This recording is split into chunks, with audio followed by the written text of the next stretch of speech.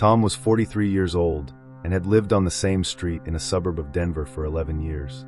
He knew his neighbors. He waved when he got the mail. He knew which dog belonged to which house and which kids belonged to which parents. He had been to block parties, helped people move furniture, borrowed tools, and returned them.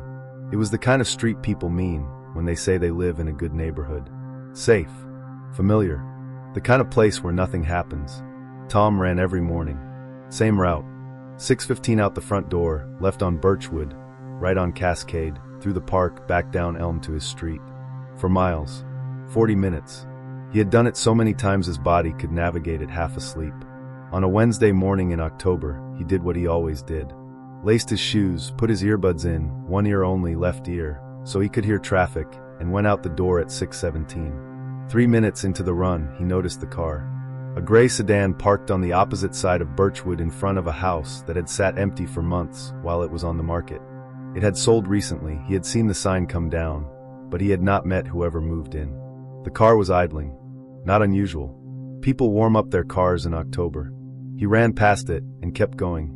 Made the right on Cascade, did the park loop, came back down Elm. The gray sedan was on Elm. Different street. Same car. He was certain of it, same make, same color, same partial plate he had unconsciously registered the first time. Still idling. Parked. Tom slowed to a walk and pulled the earbud out. He looked at the car. The driver's side window was down slightly. He could not see a face, just a shape, someone sitting in the driver's seat. He picked up his pace again, not running but faster than a normal walk. He was 2 blocks from home. He turned onto his street and looked back. The gray sedan turned onto his street. Tom did not go home. He did not walk to his front door, because his front door would tell whoever was in that car exactly which house was his.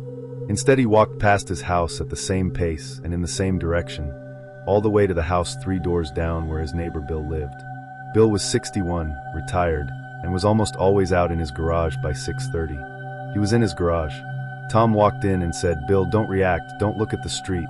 I think I've got a car following me." Bill, to his credit, did not react. He handed Tom a wrench and said, "Hold this," like they were already in the middle of something, and then very casually, the way a man with nowhere to be looks at nothing in particular, he glanced toward the street. He said, "Gray sedan, just parked." Tom said that was the one. Bill said he would call it in and told Tom to stay put. Bill called the non-emergency line, described the car and the behavior Tom had explained, and gave the plate. A patrol car came through the neighborhood 11 minutes later, slow roll, no lights. The gray sedan was gone before the cruiser got there, but the plate had been logged. A detective called Tom the following afternoon. The plate came back to a man who had been served a restraining order 2 weeks earlier, filed by a woman on Tom's street. A woman Tom knew. Someone whose name the detective could not share, but whose house Tom realized was situated directly between the 2 spots where he had seen the car parked. The man had been mapping her street, learning the patterns of who came and went, learning what normal looked like so he could move through it without anyone taking notice. Tom had noticed, because Tom ran the same route every single morning, because the route was so familiar that anything not part of it was visible the way a stranger's coat hanging in your closet is visible. You know every single thing that belongs, so the thing that does not stands out immediately. The detective told Tom that his call, and Bill's call, had triggered a welfare check on the woman down the street. He said she was okay, but there was evidence the man had been watching the neighborhood for some time. Tom was the first person to flag him. Tom still runs the same route, but he runs it differently now. He notices everything.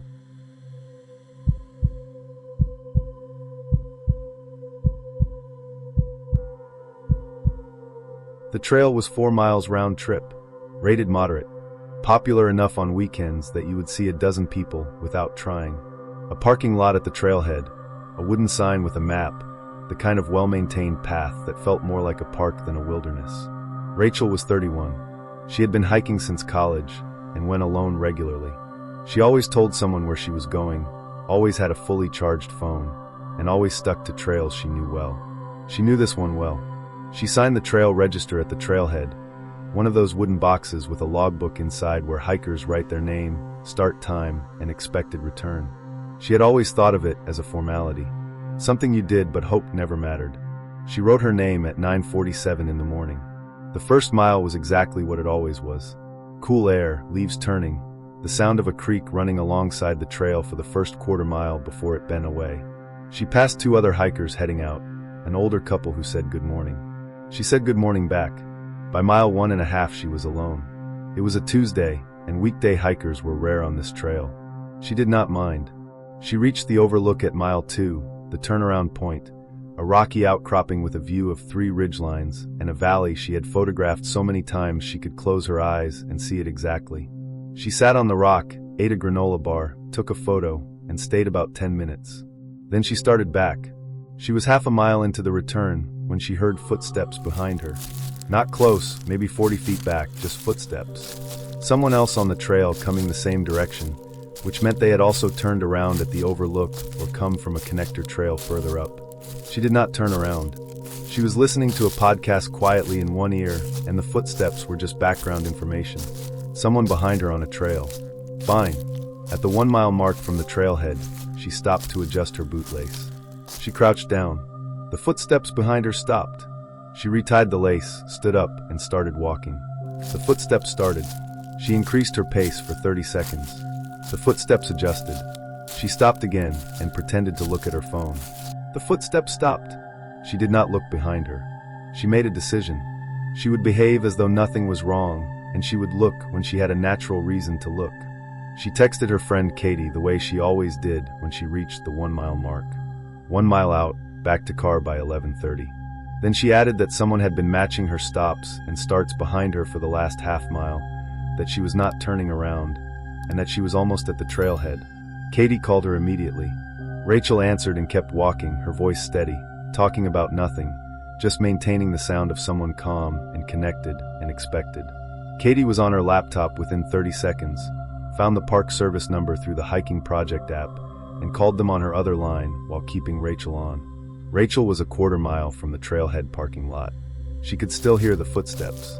She came around the last bend, and the parking lot opened up in front of her. Her car was there. One other vehicle in the lot, a truck she had not noticed when she arrived, parked near the tree line. She walked to her car and unlocked it with the fob before she reached it, heard the click and saw the flash of the lights, and got in. She locked the doors. She told Katie she was in the car. She looked in the rearview mirror. A man came out of the tree line at the trailhead. Not from the trail itself, from the trees beside it. He walked to the truck and got in. He had not been behind her on the path. He had cut through the woods to get to the parking lot before her. Her car was the only other vehicle in the lot. Katie had already reached the park service. A ranger arrived 9 minutes later. The truck was gone by then. The ranger took Rachel's statement and looked at the trail register. He told her it showed only one entry after hers that morning, a name, and a start time of 9:52, 5 minutes after Rachel. The ranger photographed the entry and submitted it to the county sheriff's office. The handwriting was compared against a name in a database that the ranger would not share with Rachel directly. What he told her was this: she had done everything right. She had told someone where she was going, texted when something changed, and stayed on the call. The register mattered. They had a name. He paused, then added that she was not the first person to report something on this trail. But the others had not known to look at the register. Rachel has not hiked alone since that October. Not because she has given up the trails, but because she says the trail deserves a witness. Someone who sees what she sees. Someone who knows where she is.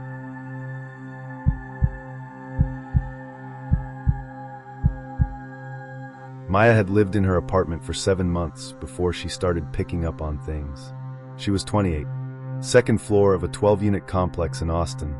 A solid complex, gated parking, on-site management, the kind of place where young professionals land when they're not quite ready to buy. She'd had 0 issues. The neighbors kept to themselves. The parking was dependable.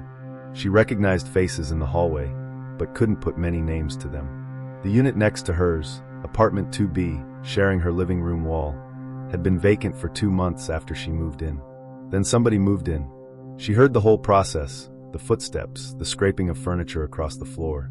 She never met him. She rarely introduced herself to neighbors unless there was no getting around it.